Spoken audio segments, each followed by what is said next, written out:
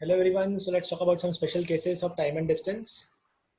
So in this case, it is given that uh, let's say there are two person A and B और A और B दो point से opposite point से चलना शुरू करते हैं एक दूसरे की तरफ एंड एक साथ स्टार्ट करते हैं और क्रॉस करने के बाद A को अपने डेस्टिनेशन पहुंचने के लिए Q पहुंचने के लिए और B को अपने डेस्टिनेशन P पहुंचने के लिए लेट्स से टाइम लगता है TA और TB। ये टाइम कौन सा है? क्रॉस करने के बाद वाला। तो मीटिंग के बाद वाला जो टाइम है वो हमें दिया हुआ है। तो अगर ऐसा है तो बताइए उनकी स्पीड का रेशो क्या होगा और ये लोग कितनी देर के बाद मिले होंगे, राइट? कि कितनी देर के बाद, मतलब जब स्टार्ट किया होगा, स्टार्ट करने से कितनी देर के बाद दे विल मीट। तो ये क्वेश्चन कैसे क्रैक होगा, क्या लॉजिक है इसके पीछे का, समझते हैं, ध्यान से देखिएगा। सपोज मान लेते हैं ऐसा बोला हुआ है कि दो लोग हैं, अपोजिट एंड से स्टार्ट करते हैं, ये हमें दिया हुआ ऑलरेडी, राइट? और ए इस तरफ से आ रहा है और बी यहाँ से आ रहा है और क्रॉस करने के बाद का टाइम है। चलो मान लेते हैं कि इनकी क्रॉसिंग लेट से इधर होती है और क्रॉस करने के बाद यहाँ पे टाइम लगता है ए को अपने डेस्टिनेशन पहुँचने के लिए TA और बी को लगता है अपने डेस्टिनेशन पहुँचने के लिए टाइम TB। ये हमें दिया हुआ है। बोला बताइए कि मीटिंग टाइम क्या होगा और साथ साथ में इनकी स्पीड का रेशो क्या होगा। सबसे पहले स्पीड के बारे में बात करते हैं। मान लेते हैं ए का स्पीड S ऑफ A है and speed of B S of B है। ये डिस्टेंस मान लिया हमने स्मॉल d और ये डिस्टेंस मान लिया हमने कैपिटल D। तो आप मुझे इतना बताइए कि सबसे पहली बात अगर देखा जाए तो स्मॉल d जो है ये डिस्टेंस चलना है A को और उसकी स्पीड SA की है, तो कह सकते हैं जो टाइम लगेगा मिलने का वो A को लगेगा D upon S of A, speed of A distance upon speed. और जितना टाइम B को इस पॉइंट पहुंचने में लगेगा तो ये टाइम की अगर बात करें तो ये टाइम हो जाएगा capital D upon speed of B, right? तो पहली कंडीशन हमको ये मिलती है कि दो स्पीड मिल गई है, S of A and S of B। वहां से हमने निकाल दिया कि कितनी देर में ये लोग मिलने वाले हैं। तो ये टाइम कौन सा हुआ? ये टाइम हुआ, लेट्स से पॉइंट दिया हुआ है, मान लेते हैं R। ये पॉइंट R पहुंचने तक का टाइम हमें मिल गया। अब इस पॉइंट R के बाद A को लगता है TA टाइम, तो कहना राइट वो टाइम कौन से डिस्टेंस को कवर करने के लिए लगता है? वो लगता है डिस्टेंस D कवर करने के लिए। सो डिस्टेंस D कवर करना है A को, उसकी स्पीड ऑफ A होगी और टाइम लगेगा T ऑफ A। वैसे ही अगर B की बात करें तो B को अब ट्रैवल करना है स्मॉल d और उसकी स्पीड है S ऑफ B और ये टाइम जो है that is equal to time of B। इतना इन्फॉर्मेशन हमें मिल जाता है। सो बस इतना इन्फॉर्मेशन काफ़ी हमारे लिए। यहाँ से अगर लेफ्ट साइड कंपेयर करें तो लेफ्ट साइड को कंपेयर कर सकते हैं बिकॉज दोनों के राइट साइड में, सॉरी लेफ्ट साइड में T है, तो I can say D upon SA will be equal to capital D upon SB। और यहाँ से कोई भी कंडीशन की जरूरत पड़ेगी तो मैं यूज़ कर लूँगा। फिलहाल तो ये बोलते हैं D upon capital D is equals to SA upon SB। ये हमें इतना इन्फॉर्मेशन मिल जाता है।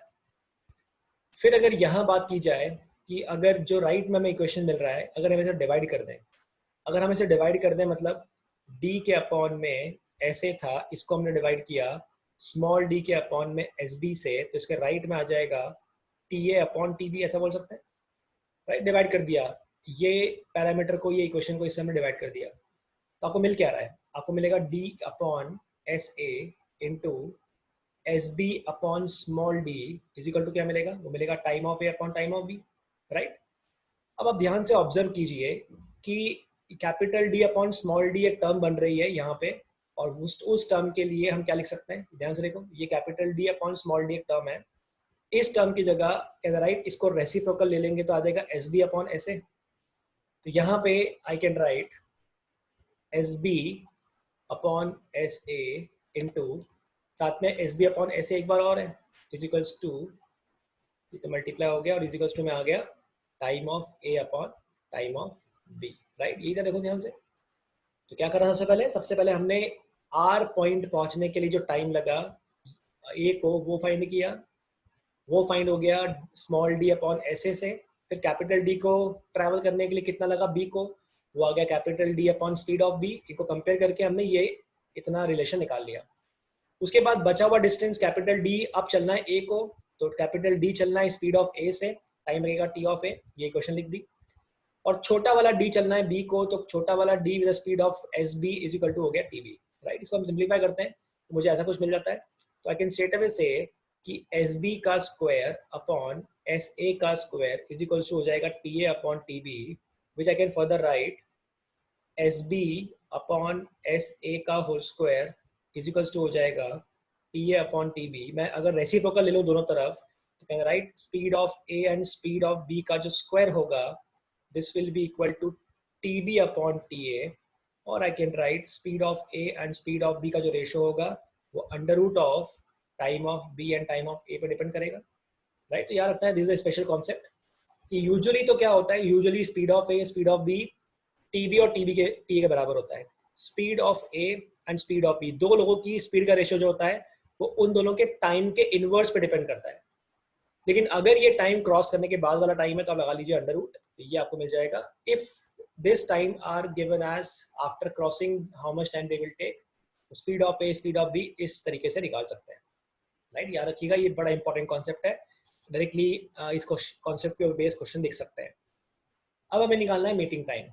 तो t का वैल्यू क्या था बच्चों, t का वैल्यू था d upon S A and capital D upon S B. So मुझे इतना मालूम है कि स्मॉल t था d अपॉन एस ए और t का वैल्यू था capital D upon S B. ये किसको टाइम लगा था, ये a और b को मिलने के लिए कितना टाइम लगा था वो है। फिर एक मिला था कि capital D upon S A capital D upon S of a is equals to t of a था, and small d upon speed of b is equals to time of b था, right.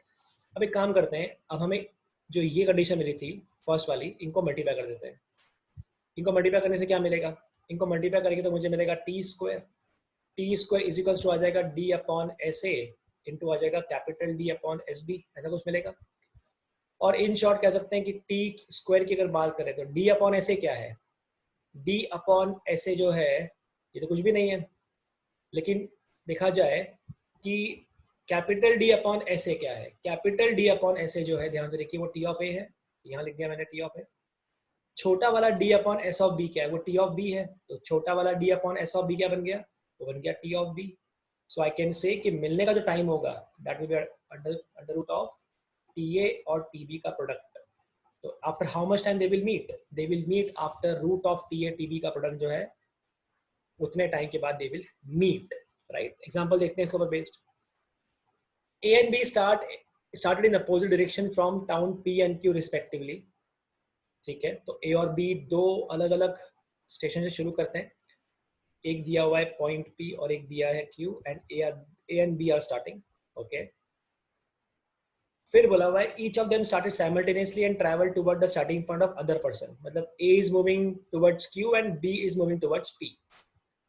After crossing each other, A and B took 25 minutes and 60 minute. Cross करने के बाद ए को लगे 25 minute और B को लगते हैं यहाँ पे 16 मिनट, ये दिया हुआ है। ये टाइम ऑफ ए है, ये टाइम ऑफ बी है after crossing to reach their destination. Find the time taken by them to meet each other. तो डायरेक्टली फॉर्मूला होता है बच्चों इसका, directly T of A into T of B का root. So I got T is equals to 16 और 25 का multiplication, और T का वैल्यू आ जाएगा 4 5 20। After 20 minutes of the start करने के 20 मिनट के बाद इन दोनों का क्रॉसिंग होगा, राइट। और अगर यही पे हमसे स्पीड पूछ लिया होता then speed of A and speed of B जो होगा वो आएगा अंडर रूट में time of B upon time of A. तो speed of A upon speed of B will be equal to, time of B कितना है, time of B था 16 minute, time of B था 16 मिनट, और time of ए कितना है वो है 25 मिनट, उसका लगा दीजिए root. So I can say speed of A and speed of B will be equals to what? Will be equals to 4/5, right? तो ये इनकी स्पीड का रेशियो आएगा और ये उनका मिलने का टाइम होगा, राइट। ओके, सो अगेन इसी कॉन्सेप्ट पे बेस्ड क्वेश्चन है। Two trains X and Y at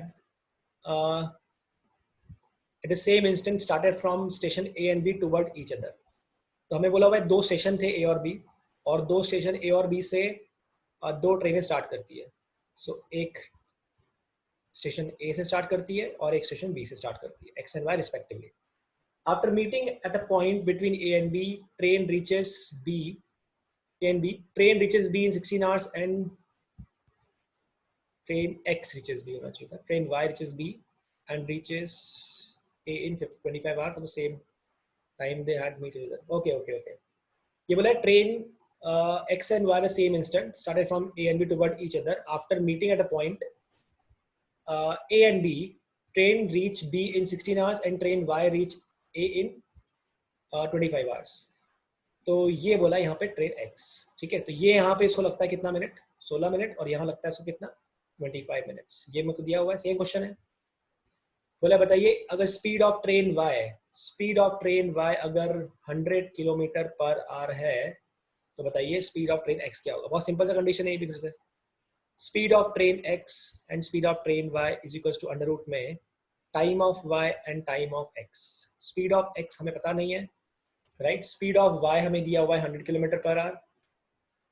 time of Y को कितना देर लगता है, Y को लगता है 25 मिनट, राइट. तो यहाँ आ जाएगा 25 और X को लगता है 16 minute. So I got speed of X upon 100 is equals to 5/4 1 and 25. तो speed of X equals to कितना हो जाएगा, 125 किलोमीटर पर आवर. तो ये आपका आंसर आ जाएगा ऑप्शन नंबर 3 कि 125 is the speed of X. ये केस है, स्पेशल केस है, याद रखिएगा, राइट. ये फॉर्मूला होता है स्पीड का रेशो निकालने का, और ये फॉर्मूला होता है टू कैलकुलेट द टाइम.